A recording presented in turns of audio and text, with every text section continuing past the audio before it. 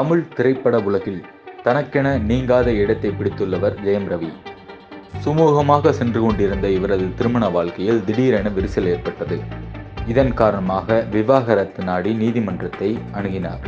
விவாகரத்து வழக்கில் நடிகர் ஜெயம் ரவி மற்றும் அவரின் மனைவி ஆர்த்தி இடையேயான சமரச பேச்சுவார்த்தை தொடர்பான வழக்கு நவம்பர் 27ஆம் தேதிக்கு தள்ளி வைத்து சமரச தீர்வு மையம் உத்தரவிட்டது.